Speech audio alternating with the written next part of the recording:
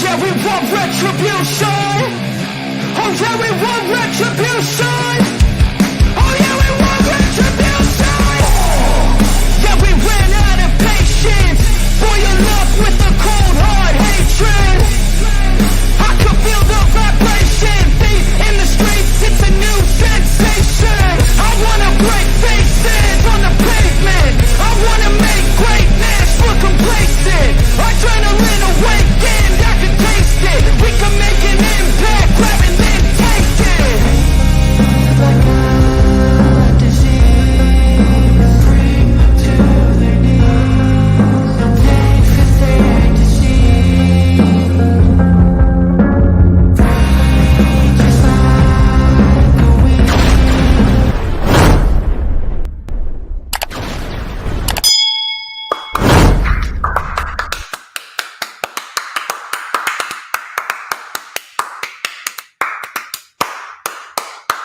Ladies and gentlemen, I am the one and only Storms, and I would like to welcome each and every single one of you to a very special edition Sunday stream. On the seventh day, the Lord rested because DJ Storm said, "Don't worry, big guy, I got this."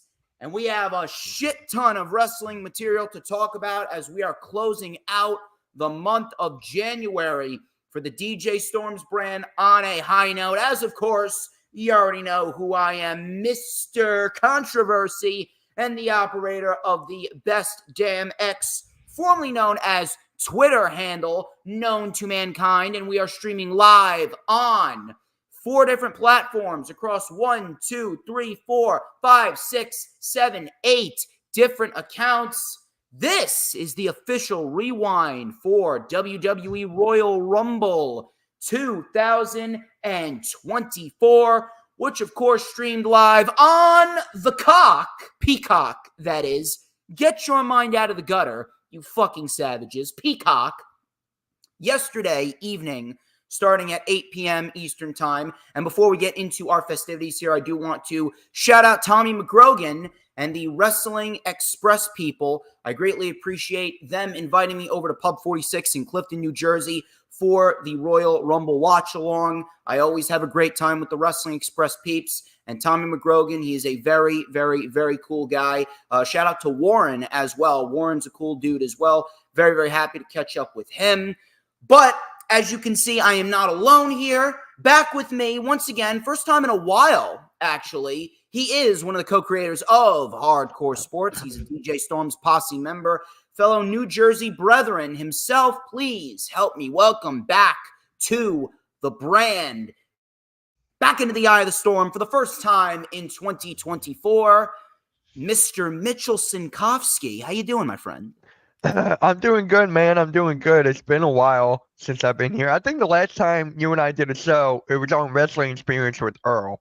I think that was the last time me and you actually did something together, and I'm looking forward to this, man. Let's get this shit started. Yeah, we got a lot to talk about for sure. But before we get into what we're going to get into, obviously, shout out to all the people watching on the Sidelines podcast and Hula Grim and Sarah Hapka. We got 11 people watching so far across 8 different platforms. I see Wesley West 304. Very much appreciate him stopping on by. Please make sure, if you have not already done so, that you are hitting the like button. It's very, very vital that you do so. But before we get into what we're going to get into, Mitch, where can we find you on social media?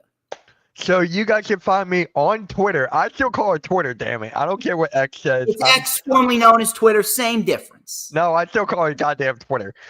You can find me at Mitch Kofsky and Hardcore Sports on Twitter, and that's basically it. Please make sure you go check him out. It's very, very vital that you do so. Obviously, you know where to find me, at HistoryMaker DJS. Once again, at HistoryMaker DJS, both on Twitter and Instagram. You can add me on my personal Facebook as well for collaborations and business inquiries. Please send me an email. My email is, of course, StormsTakeOver@gmail.com. Like the official DJ Storms business page, which we are live on right now. And I may just send you an invite to join the official DJ Storms Posse group on Facebook. That is, all those links are in the description. The Lighting Flash update from yesterday is currently up on the channel. It's also up on Facebook and Rumble if you want to go check that one out. We talked about a lot of shit, including the sex trafficking allegation from Vince McMahon, and we talked about Raw moving to Netflix. We talked about Mercedes Moné a little bit. We reviewed Raw. We reviewed Dynamite. We talked about Kazuchika Okada and the rumors that were debunked about him potentially going to WWE. Plenty of good shit. So please go check that out. Obviously, I want to shout out my sponsorships. Brittany K. She's a wonderful woman, great human being, big supporter of the brand. She does beautifully crafted designs and drawings of pro wrestlers from scratch on her iPad. And I actually referred Nicholas Fury, my good friend Nicholas Fury of Furious Nation, over to her.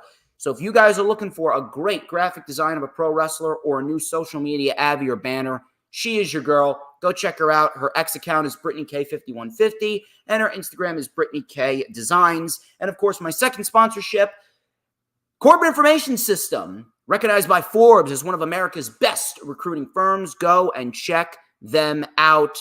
Forbes has really, really, really nailed it down that they are one of the best. You guys are looking to find a good job, help advance your career. Go check out their website, www.cisrecruiters.com. One more time, www.cisrecruiters.com. Of course, be sure to share the stream out on all platforms of social media, whether it be Twitter, Instagram, Facebook, Pinterest, Tumblr, Snapchat, TikTok, whatever social media platforms that you may be using. And of course, we're live on Mitch's channel, Hardcore Sports channel, and my channel. Please make sure you hit the subscribe button. This motherfucker over here recently just peaked 3,100 subs, if I am not mistaken. We're on the road to 1,000 subscribers for Hardcore Sports, and I just peaked 2,300. We are looking to make 2024 the best year for all of the brands, so please make sure you hit the subscribe button if you haven't already done so. And, of course, hit that notifications bell, whether it be on his channel, Hardcore Sports, or my channel, with a huge coup de grace, because that way you're going to know whenever I pop up on YouTube. Because whenever I pop up on YouTube, oh, baby, it is the best time to be on YouTube. This is the moment that everyone's been waiting for, because it's the only time that you're going to get to see this glorious sideburn shin strap combination and this beautiful mustache right here. Hold on, it's in here somewhere. Hold on. Oh, yes. Oh, yeah. Look at that shit. Beautifully crafted, magical ace black comb. Hold on a minute. I got to blow on it. It is hot. It is sizzlating, and I'm going to light it up right here with a little and a dash of and a whole lot of because I am delicious. I am tasty. I am the scrumptious snack of the IWC, and everybody wants a piece of the StormsMeister. You already know the drill. Anyway, enough of the self-brand promotion, the advertisements. Let's get straight into the festivities here. And Mitch, I actually have to admit, I was really looking forward to this. The build towards the Rumble matches themselves were actually fairly solid. I was excited about Logan Paul and Kevin Owens as well. But the overall show, I don't know what the fuck happened, dude, but very disappointing. Very, very, very disappointing for a multitude of reasons.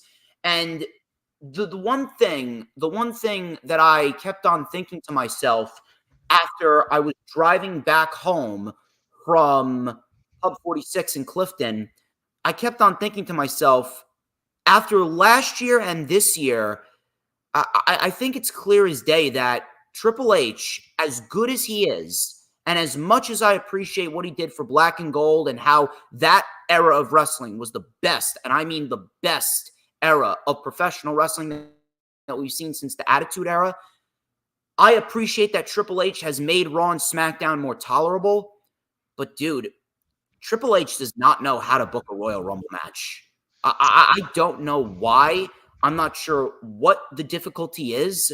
But when it came down to it all, this is the second year in a row that the Royal Rumble matches themselves have been extremely disappointing. And I really do hope that Triple H sits down and he discusses with himself and his creative team what he needs to do in order to make the Royal Rumble match better. The Royal Rumble match realistically should be one of the easiest matches to book. But for Triple H, it's just come off so lackluster. And we'll talk about the specifics, but I wanted to know if you were thinking the same thing, because the entire show, I was like, Jesus, this is supposed to be an explosive start to an epic WrestleMania season, and it felt like a spark was barely even lit. Yeah. So for me, honestly, I liked the female Royal Rumble match. I thought that was very good. The storytelling in that match was very good. Some of the spots were good. I made a big mistake. This morning I rewatched the men's Royal Rumble. I don't know why I did that, but I just did. And I put myself to sleep. The men's Royal Rumble match was so bad. I mean, like, what happened there? Like, I have no words for that match and how bad, how slow it was. It didn't fit right with me. And Cody Rhodes winning, which it's like, don't even get me started on that. But yeah. And the Women's Royal Rumble wasn't even that good to begin with as well. It only started to pick up between numbers 20 and 30. See, that's one of the mistakes that Triple H made with the Women's Royal Rumble. How exactly are you going to have a Women's Royal Rumble and you're wasting spots on fucking Natalya and fucking Maxine Dupree and Valhalla, and then we had that fucking god-awful spot with R-Truth and shit. I've said it once, I'll say it again. This R-Truth Judgment Day shit, it's not funny. It's not funny. After the first week, I was fucking done with it. And a lot of people are trying to just overhype the shit out of it and make it sound better than it really is. It's not good. It's not objectively good TV. And then on top of that, why did you save all these major names for the end of the match? Becky Lynch came in late. Roxanne Perez came in late. We had Tiffany Stratton. She came in late. I mean, I understand that you want to make things a little bit more unpredictable towards the end, but you should have spread that shit out. Becky Lynch should have came in the first 10. Becky Lynch should have had more of a struggle. Becky wasn't even in the Final Four. I don't even know how you have Becky in the Rumble. She wasn't going to win, but you don't even put her in the Final Four. And then there's no other surprises. We didn't have any legends at all. I'm not saying we need to have a Rumble full of legends, but Alita or a Trish Stratus, they would have been just fine. And then, why didn't you put a Blair Davenport in there? You could have swapped out a Maxine Dupree for a Blair Davenport from NXT because she's fucking great. What about a Valhalla? You could have swapped her out for a Lyra Valkyria or a Nikita Lyons. I don't understand. And then here's one of the biggest problems. Liv Morgan, no disrespect to Liv Morgan. She's a Jersey girl. I adore my Jersey girls. But Liv Morgan was not the woman for the number 30 spot. As good as she is and as popular as she is, the entire place was expecting Mercedes Moné. Now, I felt that there was a good chance that she could show up, but in the back of my mind, I was like, nah, she's going AEW. She's showing up at Revolution. And I ended up being correct. But if Liv Morgan was going to return, why didn't you have her swap spots with Jade Cargill? Jade Cargill was legitimately the only other woman on that roster that would have fit the bill for a number 30 spot because she has that aura and she has that star power. And this is her debut in WWE in the Royal Rumble match. Why did she come out at number 28 and not number 30? If they would have swapped Liv Morgan and Jade Cargill's spots, it would have came off better. But like between numbers 8 or 9 and number 20, Jesus Christ, like talk about dead. Tropicana Field, it sounded like they were full of fucking corpses. They weren't making a fucking sound until Becky Lynch came out. What the fuck are we doing? Hey, for me, I loved Naomi. Like, obviously, you have. Naomi's great. No disrespect to Naomi. Naomi's great. Yeah. For me, it's just like I love Naomi when she was in for like the 40 or 50 minutes. That was great.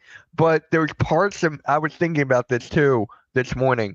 Maybe she should have been back a little bit more, maybe like in a 15 or something. But hey, I'm not a guy to get angry over this. She's a great talent. She made a huge run. Her and Bayley set the records for the longest time in the Royal Rumble match. Like, I just love that with Bayley. I called it from the beginning. Bayley was going to win, and that's what happened. Oh yeah. We'll talk about that, and then we'll talk about the men's rumble as well. And I'll share my thoughts on the men's rumble as well before we get into the specifics. Aside from the crowd, I mean, holy shit, the crowd was fucking awful. The crowd was fucking awful in Tropicana Field. I don't know what the fuck they were watching, but holy shit, the energy was like non-existent. How many people were in there? 40,000 plus at least? 40,000 plus at least. And my God, they would barely make a sound except when the big stars came out. Dude, Collision last night. I watched Collision before I came on the stream. Collision last night had barely 2,500 people, and yet they made more noise than the 40,000 plus people in Tropicana Field in Tampa Bay, Florida. Matter of fact, the main event match between Daniel Garcia and FTR versus the House of Black inside a steel cage, that was better than anything on this show. That had more energy, that had more intensity than anything on this fucking show. Absolutely fucking ridiculous. And the men's rumble, dude, again, no surprises, no legends. I'm not even saying, if you didn't want to go out of your way to get legends, I mean, holy fuck, I would have even taken a Bad Bunny as a surprise in the Royal Rumble. All we got was Andrade and Braun Breaker. And then you got Karrion Kross and Bobby Lashley in there. My God, they didn't even last fucking 5 minutes. And then you're wasting spots. You're wasting fucking spots on R-Truth, Pat McAfee, and Omos. And I don't even give a fuck if Omos was just there so that way Braun Breaker could eliminate him. I don't give a fuck. Omos shouldn't even be employed by any wrestling company. The guy sucks. The guy fucking sucks ass. Why is he there? I'm not saying you need to dip into the Legends jar and get legends that can't even move, but at least use some more NXT talent. Like, holy fuck, we couldn't have gotten Alexis King. We couldn't have gotten an Axiom. We couldn't have gotten a Dijak. We couldn't have gotten any of those fucking names. You could have replaced a Pat McAfee with a Dijak. You could have replaced an Omos with Alexis King. And then you know what was the other mistake that they made? You know what was the other mistake that they made? CM Punk should not have returned at Survivor Series in Chicago. If CM Punk was coming back to WWE, they should have saved him for the Royal Rumble. He should have made his return in the Royal Rumble at number 30. Dude, Sami Zayn coming out at number 30, I love Sami Zayn. I have deep amount of respect for Sami Zayn. I think Sami's amazing. But Sami Zayn at number 30, dude, crickets. Fucking crickets, man. I feel bad for him. And then that final two with Punk and Cody Rhodes, dude, that was like watching paint dry. I don't know who the fuck produced that shit, but that came off so fucking bad. I don't even know. I don't even have the proper adjectives from the dictionary to describe this shit. Right. I swear. No. What the fuck was that? And Cody didn't even need the win. Now, you brought up a great point about CM Punk should have bring up to Royal Rumble, debut there. Perfect. I would have loved it. I still feel like you would have still got the last two in CM Punk and Cody Rhodes. Either way, we would have gotten that, but CM Punk would have won. It would have been more energetic. People would have been more lively. I agree. Because Punk being in the Rumble, people already knew he was going to be in the Rumble. But with Punk not saying a word and being completely silent and then making a surprise return out of nowhere in the Rumble, people would have been a lot more hyped up for Punk in the Rumble if he did that rather than if he came out at number 27. And that's another one. 27? Punk should have came out around the same time that Cody came out. Matter of fact, Punk and Cody, I'm throwing this out there. Punk and Cody, if they were going to come out, Punk and Cody should have been in the first 10. If you wanted to have Jimmy and Jay start off the Rumble, no problem whatsoever. But I mean, dude, neither one of them even eliminated each other. And that is the supposed WrestleMania match. What the fuck are we doing? Like, for me, the Royal Rumble used to be like so fun with all the surprises and stuff. This one felt stale. And shout out to my guy Tyler here. We started a new show on the Hardcore Sports Network called Wrestling Punch. So we reviewed 1991 Royal Rumble. And dude, this one may be worse than that. I feel like this is worse than that. And I had to sit down and think about it. Like, this men's Royal Rumble, I did not like at all. Dude, Nope. so many people coming out in the wrong spots, so many wasted spots, barely any surprises. Jordan Grace was probably the biggest surprise of the entire night. And hell, why did we get a TNA surprise in the women's rumble, but not the men's? You couldn't have gotten a Chris Sabin. You couldn't have gotten an Alex Shelley. Fuck, you couldn't have gotten a Moose. You couldn't have gotten any one of those guys to jump on in the men's rumble. That I would have popped for that shit. Dude. Who knows? Who knows? Dude, I don't know what was going on, but all that combined with that half-dead crowd, dude, if this is a sign of things to come, I'm not looking forward to WrestleMania season. Matter of fact, I think a lot of people are just waiting for WWE to turn the page. A lot of people are just waiting for WWE to really wipe the slate clean at this rate. Get the title off of Roman. Rollins loses his title. Maybe LA Knight finally gets a championship. And Gunther loses the Intercontinental Champion. People are just they're really waiting for WWE to just wipe the slate clean and enter into a new era. Because I've said this once before, it almost feels like the true process of change, it hasn't even begun yet. That I feel like I have to disagree with you there, because I'm just going to focus on the females here right now. The fact that our women's roster is stacked and they're going to get more time, that's where I could see the change is going. I can feel like they're getting pushed more. That's where I feel like with the change, so on the female side of things. And for the men's, yes, there's a couple guys that are going to get pushes. I feel like Braun Breaker, who got pushed to the hell and back. Like they said, he's faster than Tyreek Hill. I mean, come on now. That's a little too much. But I feel like with Triple H at the helm, he can push the right guys forward. I really like to hope so, but when it comes to the Royal Rumble, dude, Triple H does not know what he's doing. He just doesn't. Yeah, I can agree with you, just on different spots and whatnot, different numbers where they should be going. There was no heat. There was no energy. Like, I don't know, because I watched it twice, the men's one, and I'm like, bruh, no, I couldn't watch the men's. So we get the start of the show. Pat McAfee made a surprise return to commentary. We had Michael Cole. He was just elated. So we get the 30 women's Royal Rumble match. We're going to go over who came out at what numbers and who eliminated who. Natalya was number 1. Naomi was number 2. That was a very nice surprise. I had no issue with that. Mm-hmm. Bayley was number 3. No time wasted. She had a nice back and forth with both women. Number 4 was Candice LeRae. She had a nice showing in there. We had a nice Codebreaker Senton combo on Natalya and Bayley. Number 5, TNA Knockouts champion Jordan Grace. And after Jordan Grace, things just kind of dipped after that. But Jordan Grace, she had a very, very, very nice back and forth with Naomi, reigniting that rivalry. Number 6 was Indy Hartwell. She went to help Candice. We had number 7, Asuka. She worked with Bayley, but Bayley kept on receiving the cold shoulder, obviously building towards that damage control betrayal on Bayley. Number 8 was Ivy Nile. Number 9, Katana Chance. Another Jersey girl. I adore the fucking woman. Number 9, Katana Chance, and she was in there for a decent amount of time. I think she was in there for almost 20 minutes. Number 10 was Bianca Belair.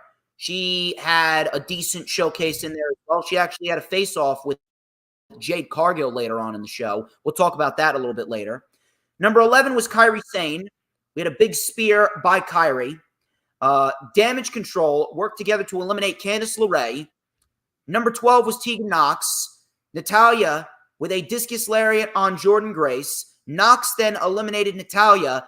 Bayley eliminated Tegan Nox. Number 13 was Kaden Carter. Kairi tried to hang on. She looked like she was trying to hold on to the apron, and she was trying to make sure that her feet didn't touch the ground. I'm not sure if this was a botched spot or not, but clearly she could not hang on. Asuka was then eliminated by Bianca. I don't know why Kairi and Asuka were eliminated so early. That's another one. Kairi's may have been a botch, but Asuka should have been in there at least until the final 6. Her and Bayley could have had a great back and forth and really teased some tension leading up into that damage control betrayal. So that right there was a very, very, very poor decision. Crowd was actually booing the fact that the Kabuki Warriors were eliminated. Not that good of a choice right there. So Katana and Kaden Carter, they worked with Bianca. Number 14 was Chelsea Green, and Chelsea Green, she was almost eliminated immediately. Chelsea Green was actually on the receiving end of a lot of body splashes. She was squashed quite often in this match. I'm not sure if that was one of the comedic spots, but they decided to have Chelsea Green go out there and take a bunch of squashes from the rather large women in there, like Piper Niven and Nia Jax. So Bianca Belair, she had a great elimination of Jordynne Grace. Bianca Belair delivered a KOD to Jordynne Grace on the apron and eliminated Jordynne Grace. That looked awesome. Number 15 was Piper Niven. Number 16 was Xia Li. Again, Xia Li. Why is Xia Li in there when we know she's not going to win? That is a complete fucking waste of a spot. That should have been reserved for a Blair Davenport. That should have been reserved for a Lyra Valkyria or a Nikita Lyons. Or if anything, you should have swapped that. You should have swapped out Xia Li. You should have put Tiffany Stratton there, and then you could have put Nikita Lyons at number 29. That's what you should have done. Number 17 was Zelina Vega. Vega actually mixed it up with Piper Niven a little bit.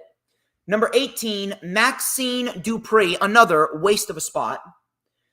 We had a code red by Vega on Niven. Niven eliminated Kaden Carter.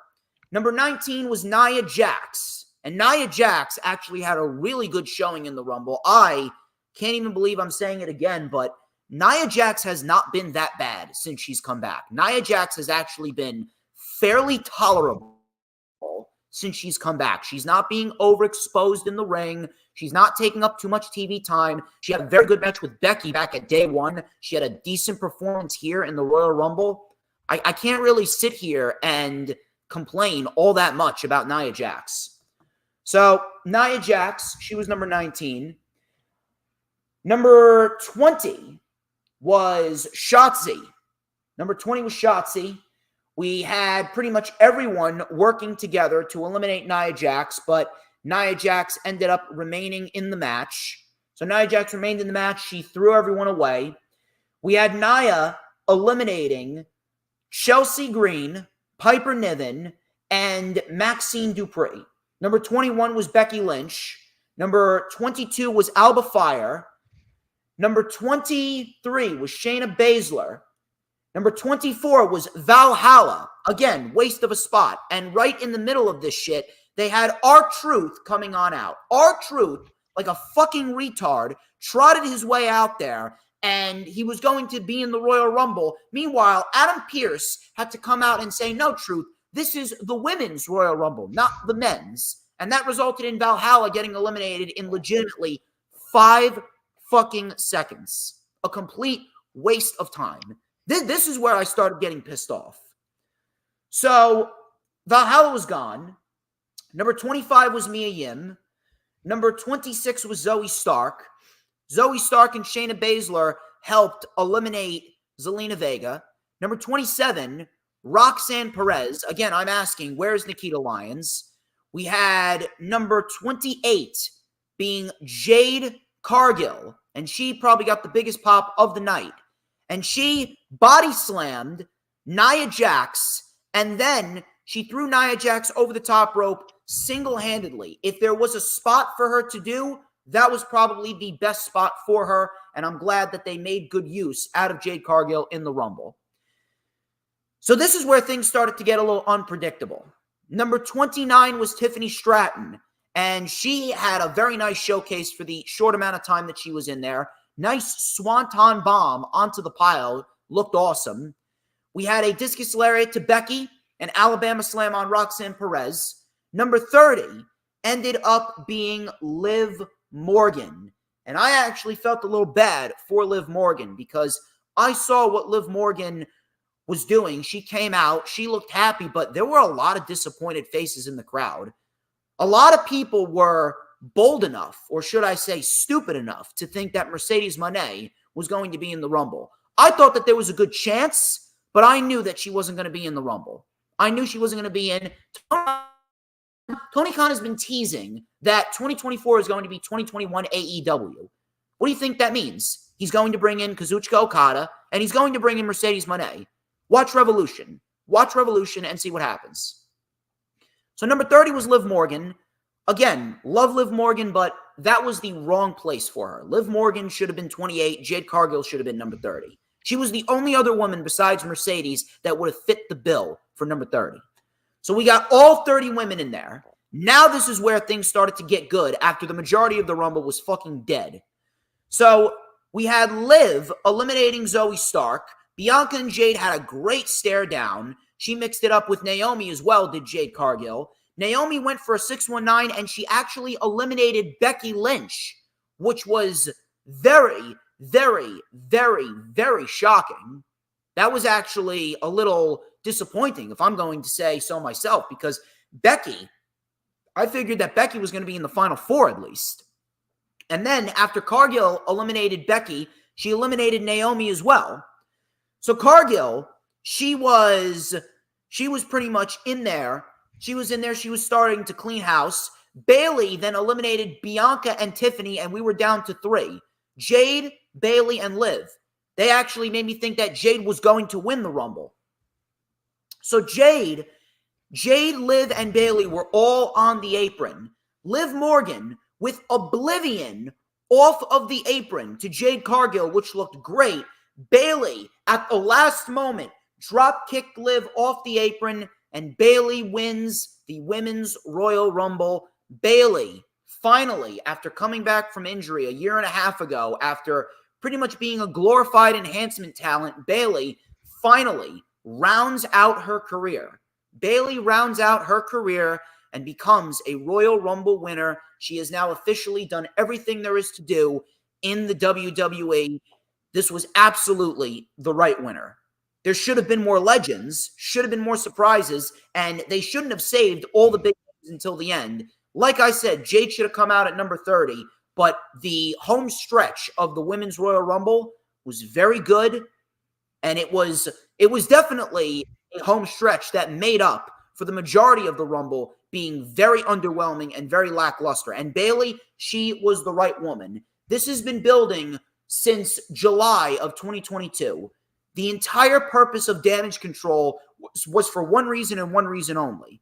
It was to eventually build towards a Bayley versus Io Sky match. And Bayley, and because she loves the division so much, because she cares about the sport and she cares about the women in that locker room, she is going to do everything in her power to make sure Io Sky walks out of the match with her a fucking superstar, if not already.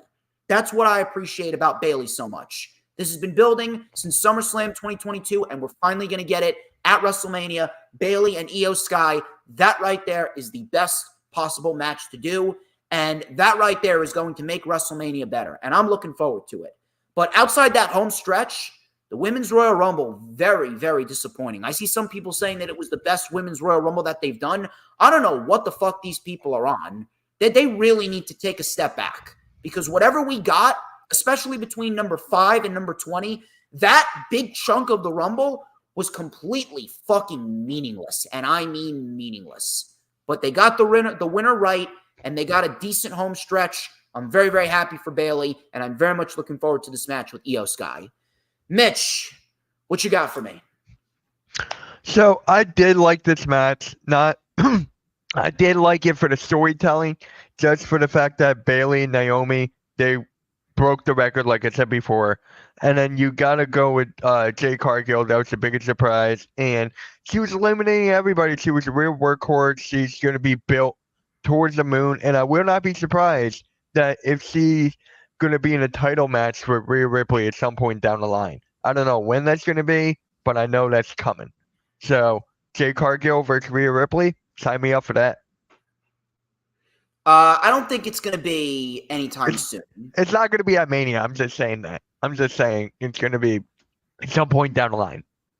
Yeah, we already know that the match for Rhea is either going to be Liv Morgan or it's going to be Becky Lynch. One of those two. I think it's Becky after Elimination Chamber. I think it's Becky. Yeah, we already knew that Bayley was the right winner here, and Rhea's opponent is going to be determined through the Chamber. Now, Rhea, I can actually see Rhea potentially defending the championship against Nia Jax at the Elimination Chamber, just so that way we get a title defense out there. I mean, Rhea's title reign's been very, very, very lackluster in its own right. I don't know what's going on, but her title reign has been as forgettable as can be. I really do hope that if they do have plans for a major match with Becky at WrestleMania, I do hope that they give Rhea Ripley the victory there, because Rhea Ripley needs a big win for her title reign, and I mean a big win.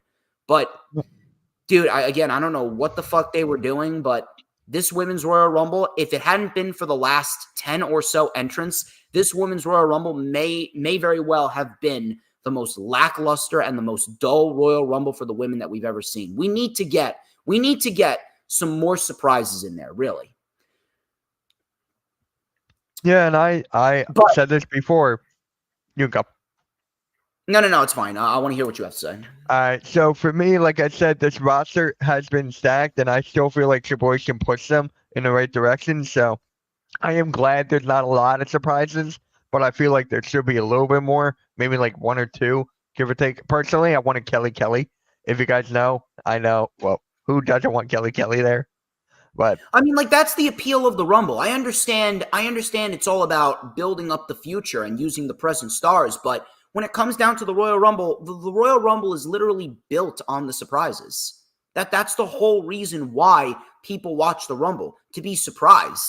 I'm not saying that it needs to be a full-blown nostalgia act, but a little here and there, that's not a problem. They didn't use anything. They literally did not use anything. It was a very bland Rumble. It's like baked chicken. It's like baked chicken right out of the oven. Baked chicken and mashed potatoes. It's the most bland, the most boring, the most simplistic dinner that you could possibly have. And that's what they gave us. They didn't give us no spaghetti and meatballs with some pepper flakes, no parsley in there. They didn't give us a nice porterhouse steak with the garlic salt and the Sweet Baby Ray's barbecue sauce to add a little extra zang to it. Nothing. They gave us baked chicken, mashed potatoes. Here you go, enjoy it. And we're just sitting there with a blank expression on our face, disappointed, as we were pretty much starving for something of substance. And they're like, there you go. Just flat out, bland, boring, predictable, simplistic shit. And that was pretty much the theme for the entire night. Like, for me, if you guys know, I hate predictability. Like, I can't stand it at all. Like, for the Women's Royal Rumble, I got 5 things correct. I predicted Liv Morgan to come back at 30. I predicted Jay Cargill to come out at 28. I predicted some other things, and I'm like, okay. But this roster has been the most stacked skill-wise in a really long time. So I think they just want to show off their skills a little bit more in this match. That's why. So from there, we then went into the Fatal 4-Way match for the undisputed WWE Universal Heavyweight Championship. This was probably as predictable as you can get. However, this match was actually better than both Rumbles. Now, that's not saying much. Because both Rumbles, bland and boring, just like I said, as you can get. But I did see the Fatal 4-Way being one of the better matches of the night, and that's what we ended up getting. I said that if they really let them go, they could put on a potential match of the year candidate. Obviously, that didn't happen for a multitude of reasons. Dead crowd is one of them.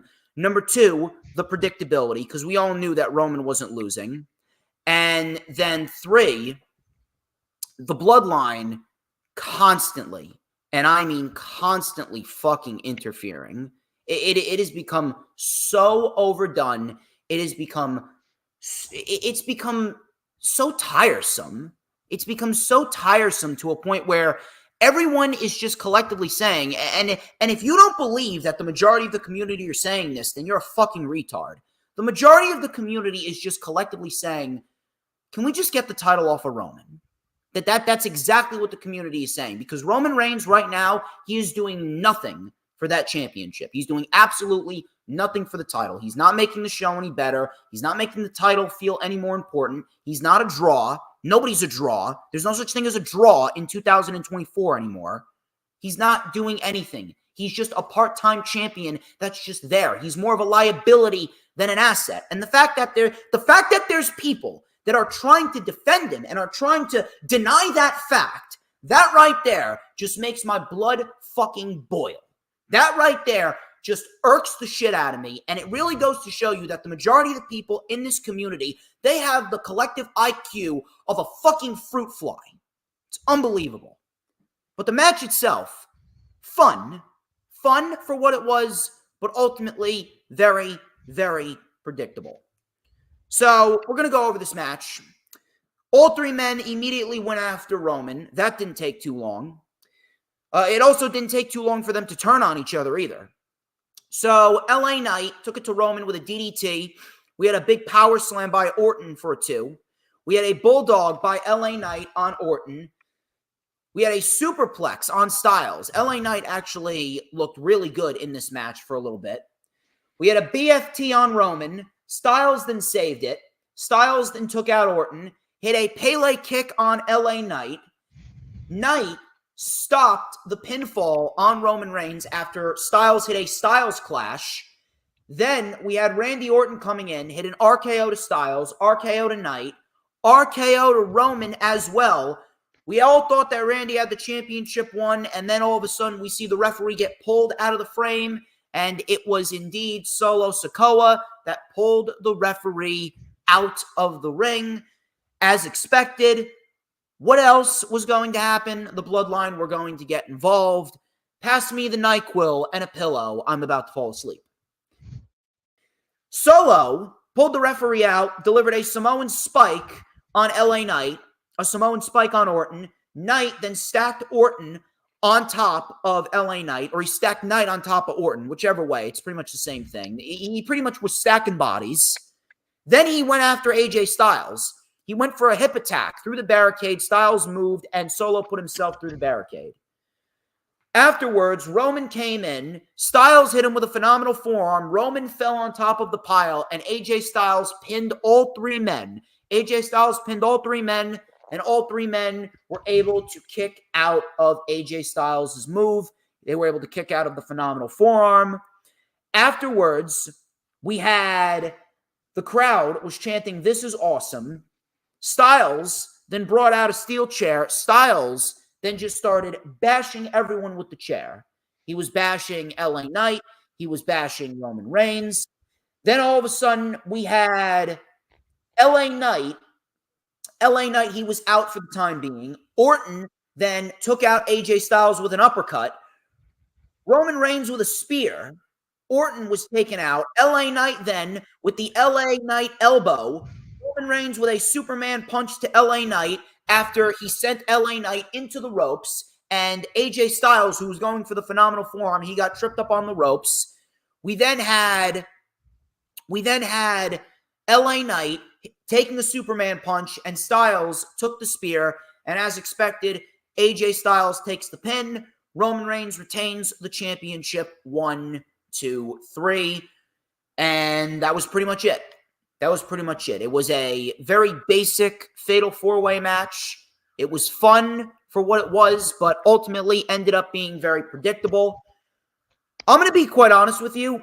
I do not know what the fuck Styles or Orton does at WrestleMania. LA Knight's path to WrestleMania is a little bit clearer. LA Knight, I can see taking on Logan Paul. LA Knight's taking on Logan Paul, and LA Knight is going to beat Logan Paul and become the United States champion. I mean, he has to. He should have been United States champion back at SummerSlam, he should have beaten Austin Theory for the United States Championship. We didn't need Rey Mysterio winning it, and we didn't need Logan Paul winning it. LA Knight should have beaten Austin Theory back at SummerSlam last year to win the United States Championship, and they didn't do it. Why? I don't know, but they should have done it. Styles and Orton, I don't know. That's a little bit more unpredictable. Randy Orton, I honestly don't know. Some people were saying that it's going to be Nick Aldis. I don't really know why they're going to put Nick Aldis in there against Randy Orton. I mean, there hasn't really been any tension brewing between them since Orton RKO'd Nick Aldis last month. There's been no tension. But as far as Randy Orton goes, I don't believe we've ever seen a proper Kevin Owens, Randy Orton feud. I think that if Randy Orton turns heel and goes after Kevin Owens, that right there could be a very, very interesting undercard match, and it gets both of them on the show in a high-profile match. It gets Kevin Owens on the show in a big high-profile match, and you can give Kevin Owens a win and help get him more over than he is right now. I mean, Owens is already over.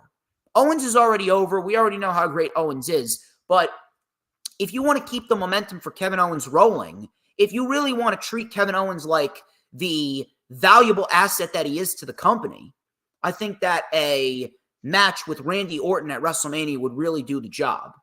Now, what do you do with AJ Styles? AJ Styles is a little bit more unpredictable. If they want to, I would not mind if WWE made the United States Championship match a triple threat match. Styles, Paul, and LA Knight, and you could still get the same ending with LA Knight winning the championship, only this time you would add AJ Styles in there, because realistically speaking, what is there to do with AJ Styles? Are they going to build towards a match between AJ Styles and the fucking OC? I mean that's stupid. That's not a WrestleMania match. Styles should be in there in some sort of championship capacity, or if not a championship capacity, he should be in there with some major talent. We already know how good Logan Paul is, and we already know how good LA Knight is. If you have the tension building between LA Knight and AJ Styles as we speak, why not take that tension and put it in there with Logan Paul and make the United States Championship really feel important? That right there would be a great showcase for all three men and a great showcase for the U.S. title. But it's a very unpredictable scenario with Randy Orton and AJ Styles. Roman Reigns, we already know where he's going, especially after the Royal Rumble, but Roman Reigns retains as expected. Basic match, fun for what it was, but the predictability and that dead crowd, it really just took away from it. Mitch, let me hear you. So, for me, I liked the match. I did. I love how it was ended clean, 1, 2, 3. So you did not really need Solo Sikoa there at all. You could have just had it ended clean and just be that. I don't understand why to add an extra, shout out to Earl Cole, extra shenanigans. I don't understand why you would add that. For me, just end it. It was a good match. It was fun, good storytelling. End it 1, 2, 3. Roman Reigns wins. I would love it if he stacked them on top of each other like AJ Styles was going to do. But if Roman Reigns did that, ooh, that would be another thing talking about. So, I like it like that. Just end it clean. Well, let me ask you this. Where can you see all four of these men going? We already know Roman's path, but where does everybody else go? Huh. So for Randy Orton, right? I can honestly, I don't want. It's tough because I was just thinking about this yesterday with a buddy of mine. And Randy Orton, honestly, is there anything else? Like you could just maybe something with Solo Sikoa, even though he did do that already. I mean, there's nothing real. I can't think of anything for that. And then for AJ Styles, I like the thing for the triple threat for the U.S. title. I like that, but I feel like he's going to take the pin there. And can you really afford him to take another pinfall at Royal Rumble and WrestleMania? I don't know if he can really afford that. And then same thing with LA Knight, triple threat. I don't know. I really don't know. It feels as though they got the major matches pretty much down to a T. They got the major matches down to a T, but everything else surrounding the major matches, it just feels, it feels so uncertain. It feels so uncertain. And I don't know if that's a good thing or a bad thing, but I really do wish that they would have a little bit more of a better plan rather than just kind of waiting and making us guess. Like the vision really isn't very clear. And I guess that's one thing that a lot of wrestling fans would like more when it comes to pro wrestling. They would like a bit more of a clearer vision for a lot of people, but we'll find out what happens. Logan Paul and Kevin Owens. This was for the United States Championship. I'm throwing it out there. I'm saying that this was the best match on the show. This was easily the best match on the entire show. This was very good. It was physical. And even though it was a shitty DQ finish, it was still a very clever ending. And I kind of understand why they did it. I just really hate the fact that it's the same old DQ finish that needs to help advance a feud. We need to find other ways to help advance feuds other than DQ and count-out finishes. We really do. But for the most part, Kevin Owens and Logan Paul, very, very, very good stuff. And this was easily the best match on the show. So, we had Owens coming out there without his cast because Logan Paul said that the cast was a liability.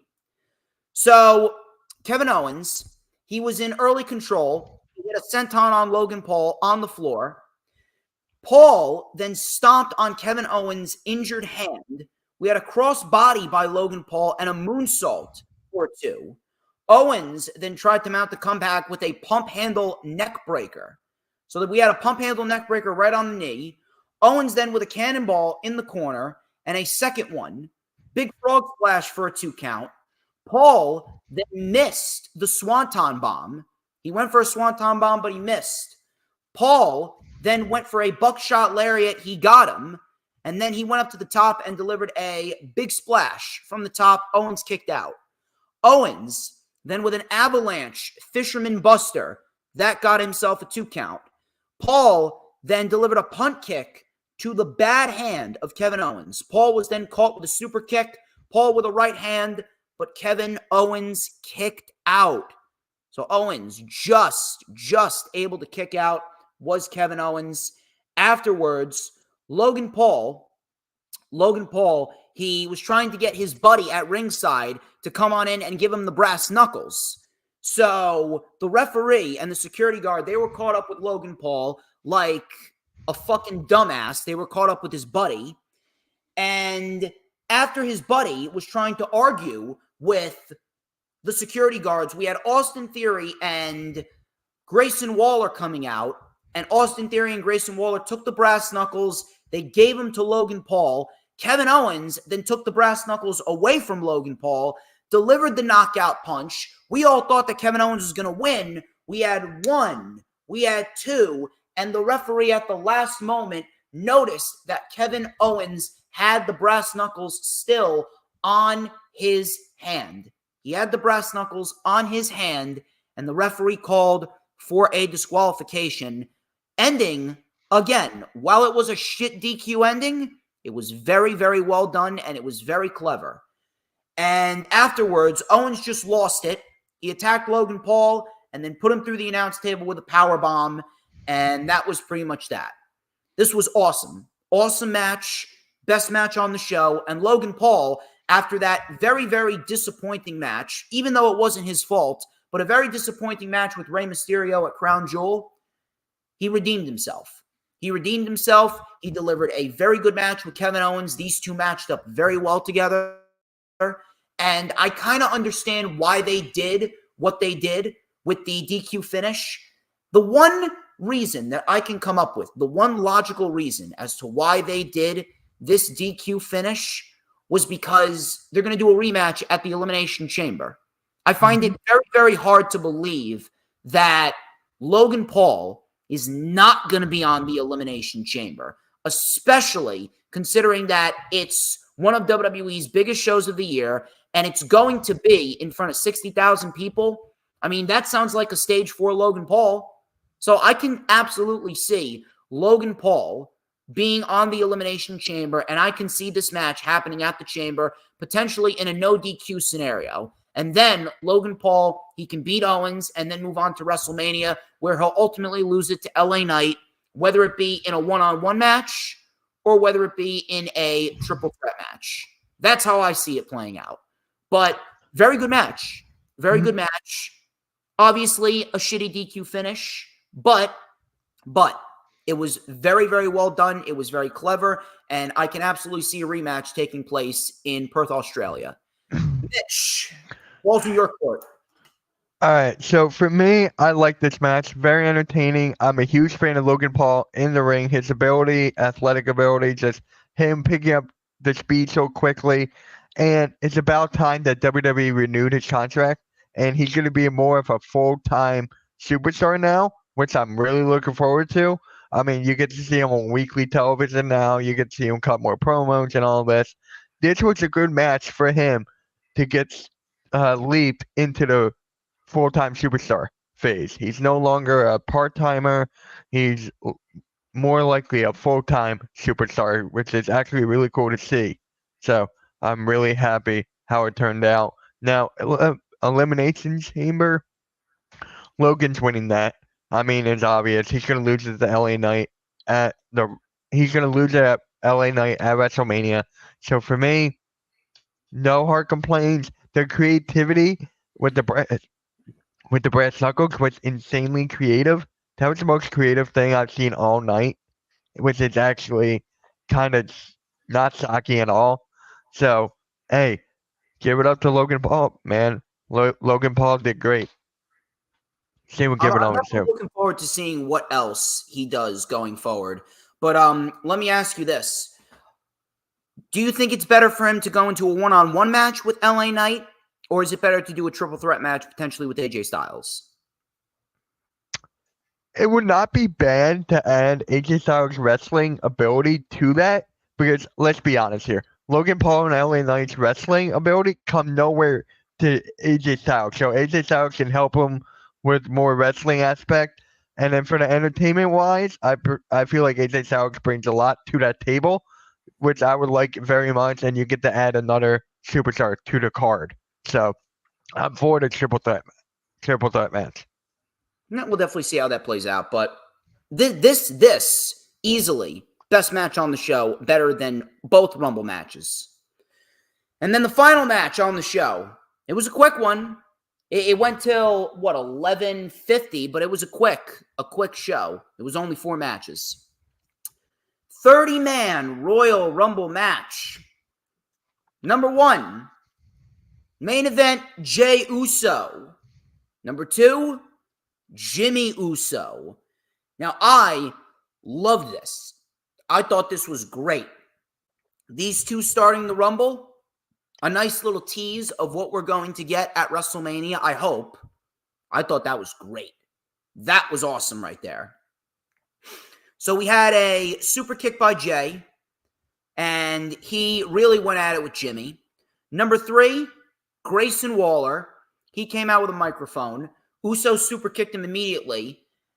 Number 4 was Andrade. Andrade, El Idolo, is back.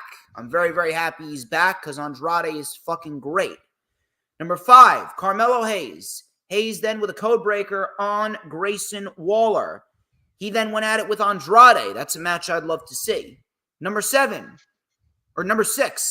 Santos. Not Santos, excuse me. Number 6, Shinsuke Nakamura. Number 7 was Santos Escobar. Escobar and Andrade actually mixed it up a bit. That's a match I want to see. Number 8, Karrion Kross. Number 9, Dominic Mysterio. Waste of a spot. Number 10, Carlito. Waste of a spot.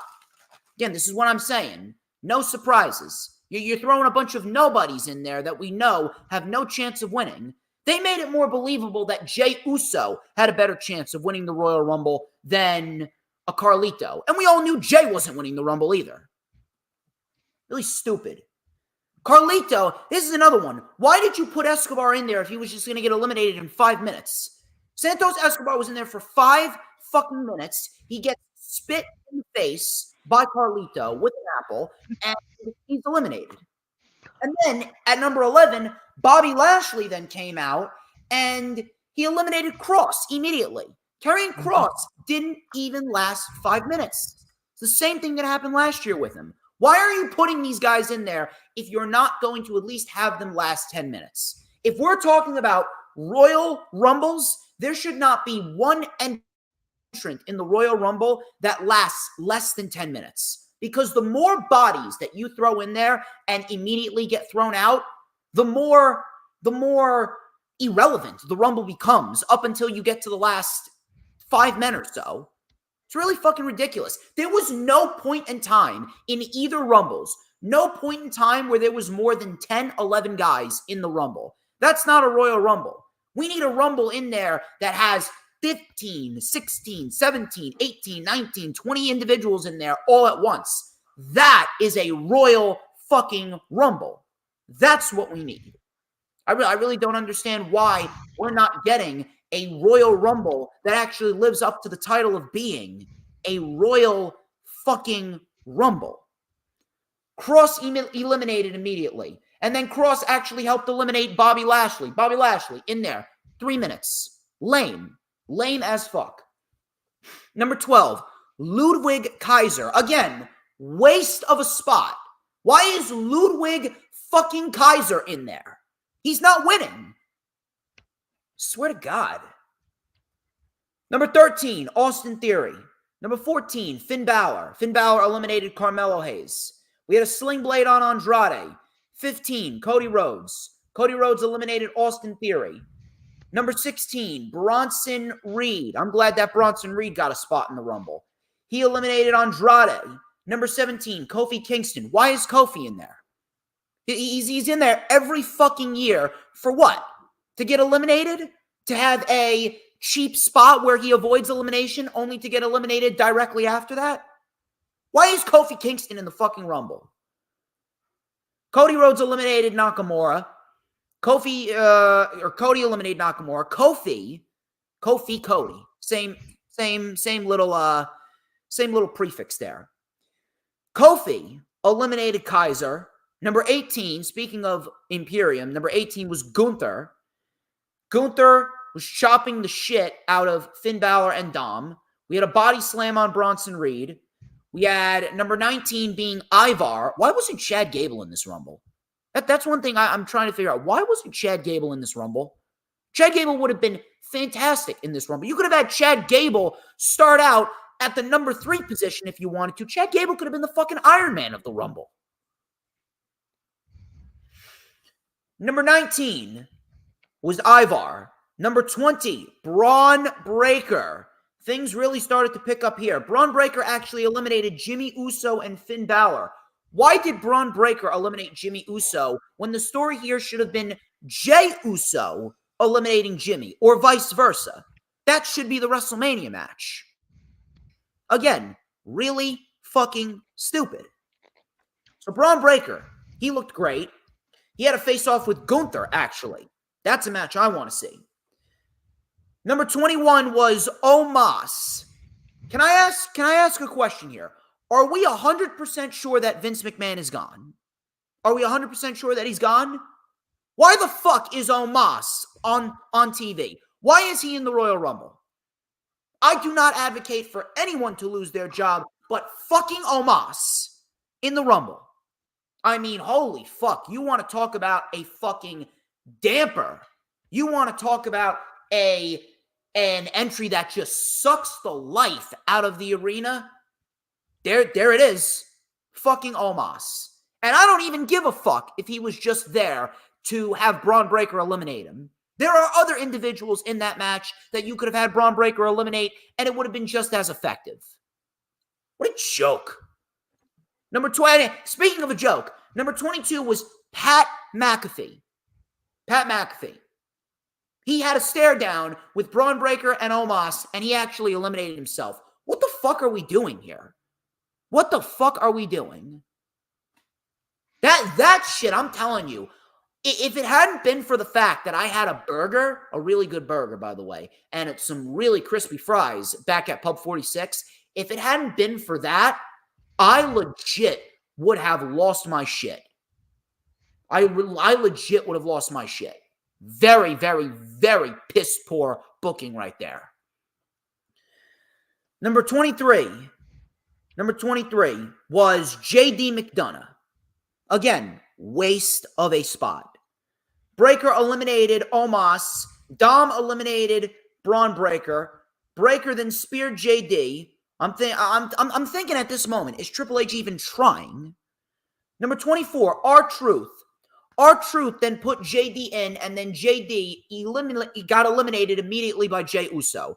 Truth then, like a fucking dunce, with the fucking hot tag shit to Dominic Mysterio, and the fucking retards in Tampa Bay, they're eating this shit up. They popped for that, right? They popped for that, but you couldn't pop for the other 60, 70% of the show that you were fucking dead for.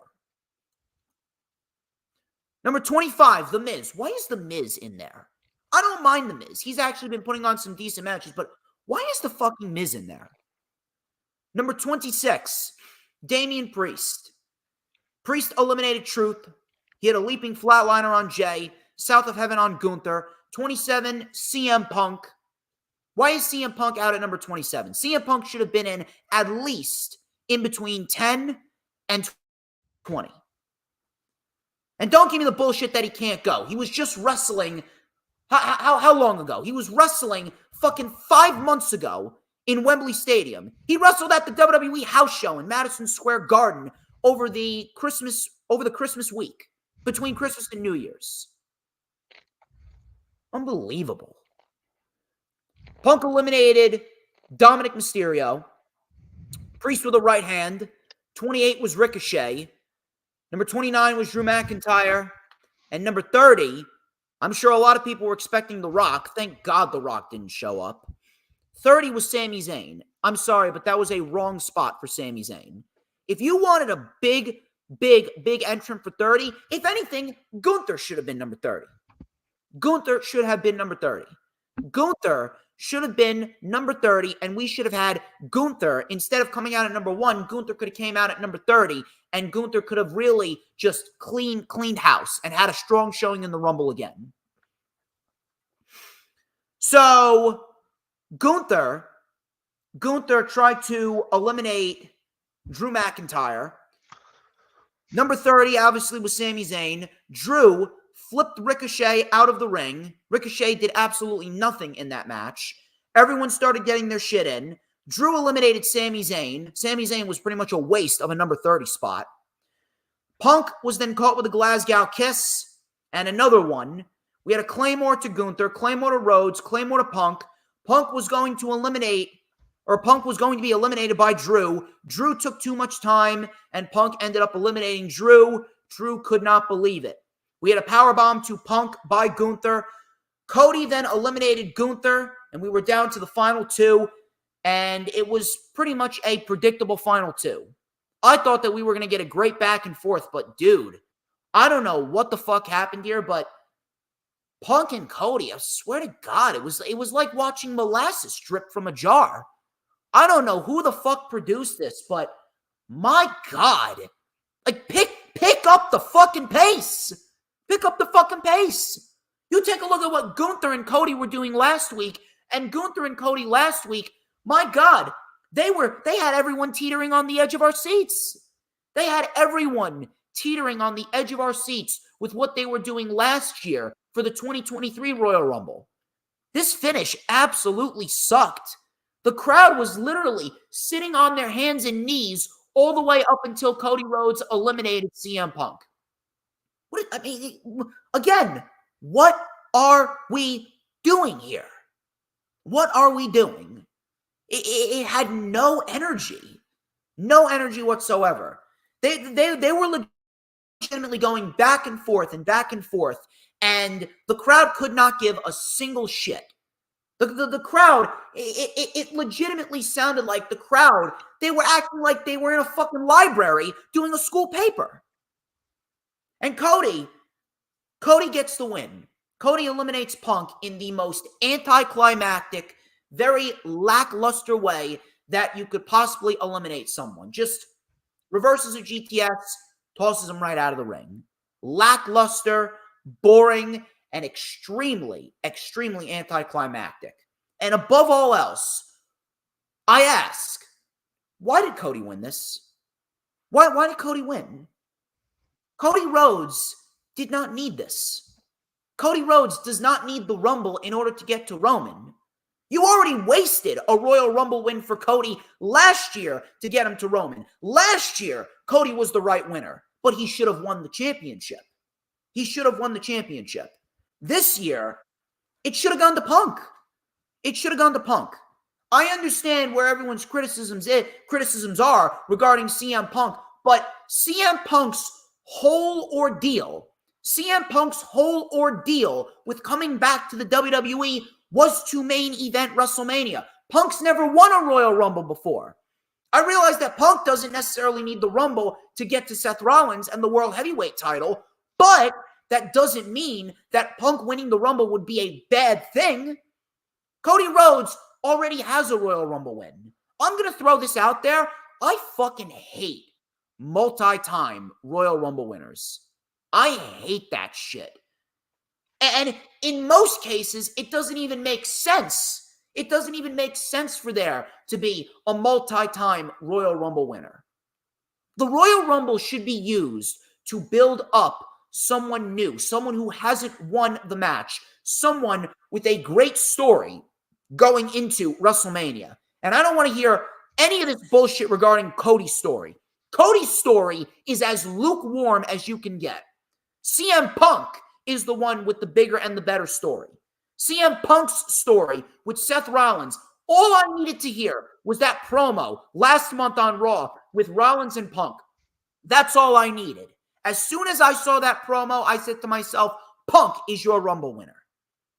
They should have kept Punk away. If they were going to do what they did here, they should have kept CM Punk away from WWE. They should not have debuted him at Survivor Series, and they should have debuted him at the Rumble.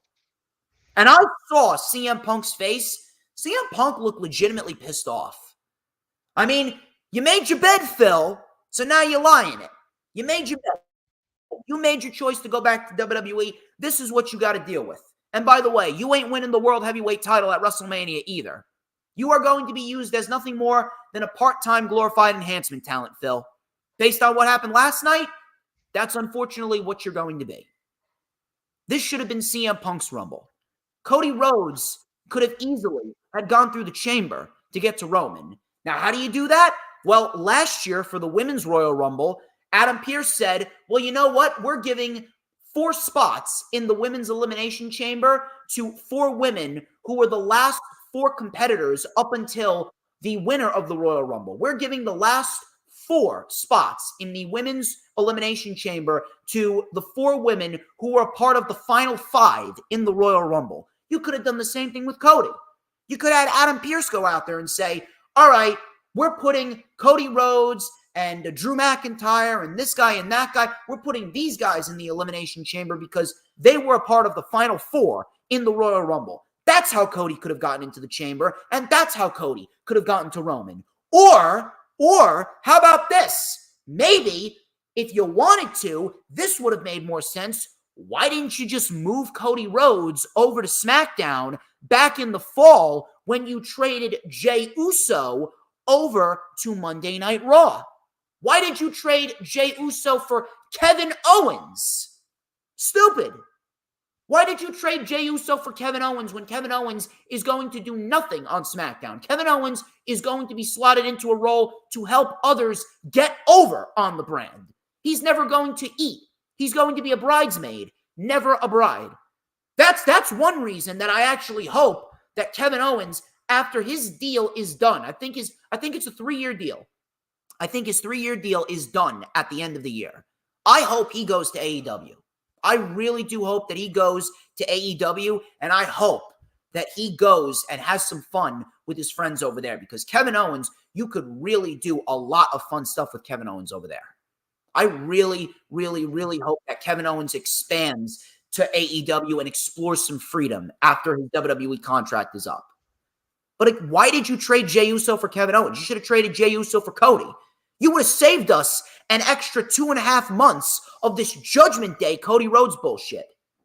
And on top of that, none of this would have happened if you just would have given Cody Rhodes the championship at last year's WrestleMania. Because as we speak right now, everyone, as I stated earlier, everyone is just waiting for the day that Roman loses the title. At this point, I don't even think people are going to be genuinely happy for Cody. Maybe they would have been last year. Last year was the right time. And I don't want to hear any of this bullshit about how, Cody needed more adversity. No, Roman Reigns was the adversity.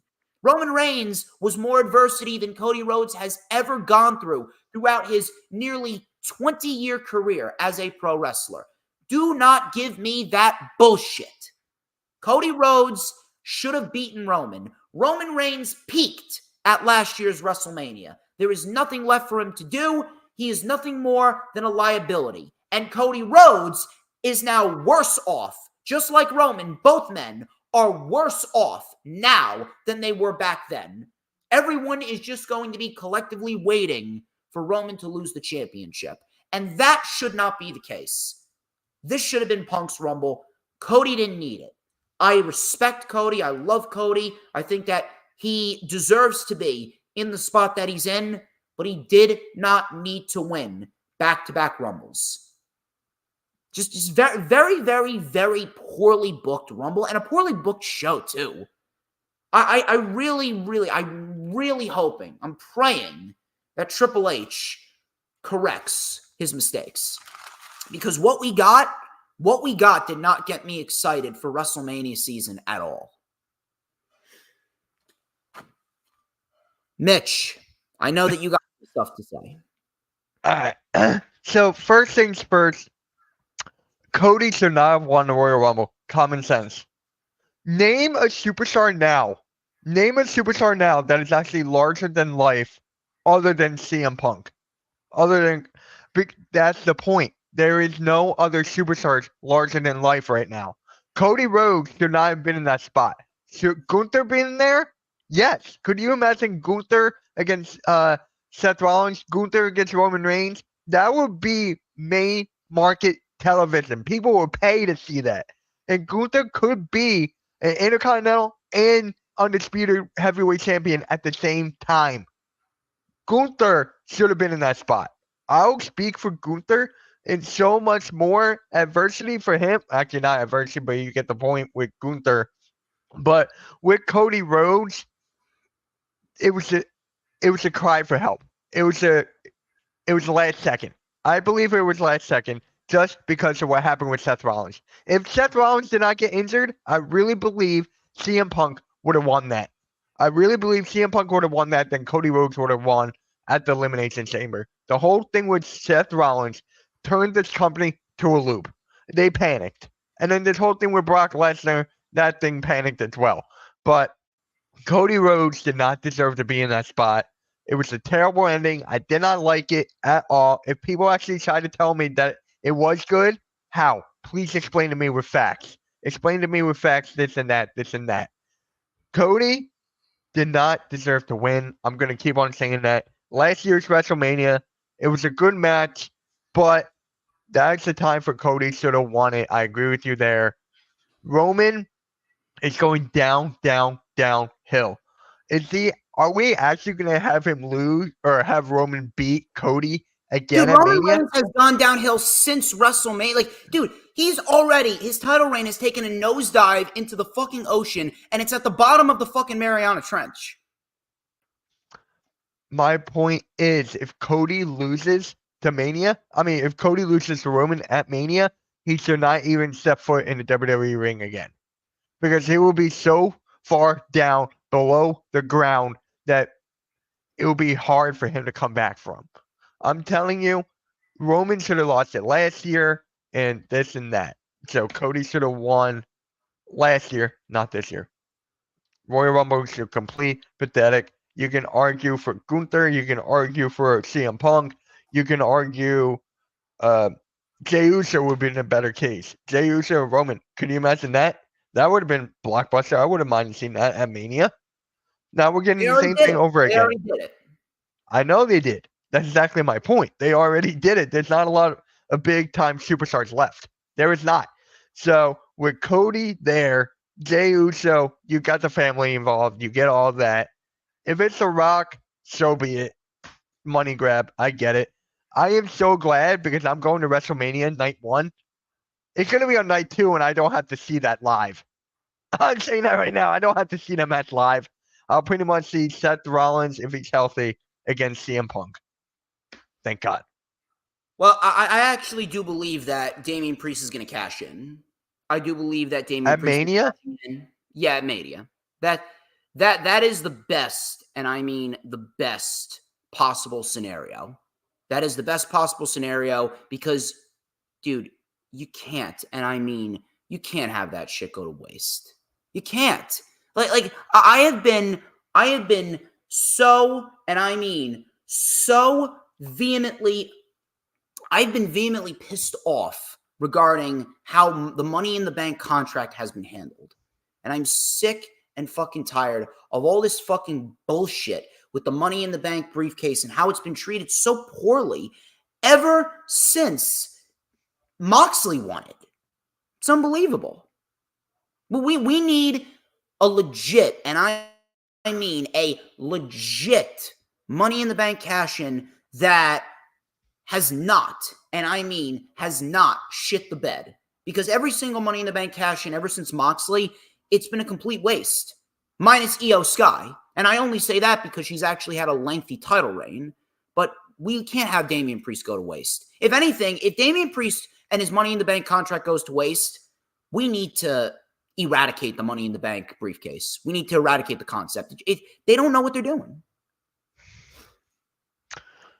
I remember during the Royal Rumble match, I forget who said it, when Damian Priest walked in, or running into the entrance. Could you imagine if he wanted to, the Royal Rumble, he would have been like, there's 2 chances now. There's 2 chances for him to win the title. Just give it to him. I'm like, then why still have him in the Rumble when he's a Money in the Bank winner? That's my question. If he was a Money in the Bank winner, he should not have been in the Royal Rumble match. I would have put Gable in that spot instead of Damian Priest right there. Gable would have given you a good 30 to an hour in that Rumble. And I'm going to keep on saying this for the longest time. Gable should leave Otis.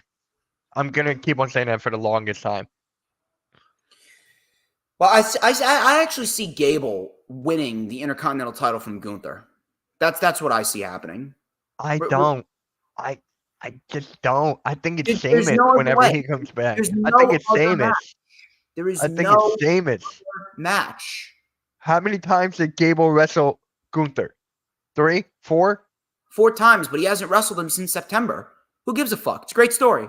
Okay, how many times has Sheamus wrestled Gunther? Once? Twice? 3 times. Okay, there. My point exactly. Give him another try. Have him take it. I wouldn't mind Sheamus Sheamus is on there. SmackDown. Gunther's on Raw. Can't do it. Okay, then who cares? Dude, there's no such thing as brand splits anymore. Brand split is dead. Come on, you gotta admit that. It ain't dead until I hear Triple H say that there's no more brand split. It's basically dead. There hasn't been a brand split since. That it's dead, but Triple H hasn't announced that it's dead. So until we see that the brand split is officially dead, then we can go on and say about how Sheamus should beat Gunther. Okay, then why not? I think Sheamus is gone. I think Sheamus is gonna leave. Where, to AEW? Impact? Possibly. I could not see him at AEW, bro. I could see him at Impact. By the way, where was Sheamus in the Rumble? He's been injured since August. It's been 6 months. Are you telling me he's not ready to come back yet? That's exactly what I was getting at. That's exactly what I was getting at. Where's Sheamus? Drew McIntyre, if I were him, I would have walked out. Again, I would have walked out if I were Drew McIntyre. Dude. Dude, oh my God. This is awful. It's awful, dude. It really Very, is. very, Yeah. very poorly booked Royal Rumble, man. Very poorly booked Royal Rumble. Again, I really, really, really do hope that Triple H corrects his mistakes. I do hope that he corrects his mistakes, and I really do hope that we do get I don't really want to say a reset, but in a sense, I guess you could say a reset, and we actually get the train back on the tracks, because whatever happened here in the Rumble, the train completely fucking fell off. Well, gentlemen, that's it. That's all we got. A pretty quick one, not too long, and I'm actually glad it didn't go too long. That wraps up this edition of The Rewind. I would like to thank each and every single one of you who tuned into this video. You guys are fantastic, and I greatly appreciate all of the support. Mitch Kofsky, I greatly appreciate you. Thank you very much for stopping on by. You have always been a big fan of mine, and I'm very, very, very pleased that you took the time to come on the stream. One more time, Mitch, where can everyone find you on social media? Well, first, you guys can find me on Twitter. Mitch Kofsky on Twitter, same with Hardcore Sports Network. But I want to make this kind of announcement on your show right now, if I may. If I may, DJ, can I make this announcement real quick? Yeah, go for it. So I'm really thinking, I think I am going to do this. I'm going to make wrestling content again, but not live streams, not podcasts. I'm going to do videos. I really miss making wrestling videos. If you guys go back, I made one. I think it was something about Roman Reigns and Brock Lesnar. Something. I forget what it was, but honestly, I miss that. I make prediction videos. I did that. So I'm going to make wrestling content again.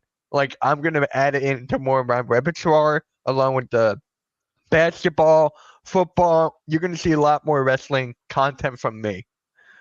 Not a show, not a podcast, because I got a lot of other stuff going on. But I'm going to make videos again. I really miss it. So expect that. I might record one right after this. So I'm looking forward to it, man.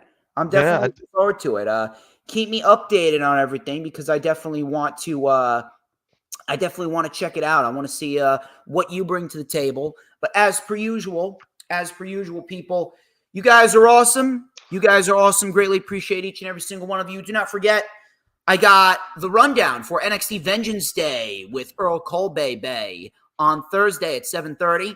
LFU is coming to you guys on Saturday, and we got ourselves the rewind for NXT Vengeance Day on Monday, February 5th. Special 11 a.m. start time. I'm going to be flying solo, and you're going to get yourselves that spicy, no-holds-barred DJ Storms that everybody knows and love, because guess what? There's levels to this shit, and I'm at the very top.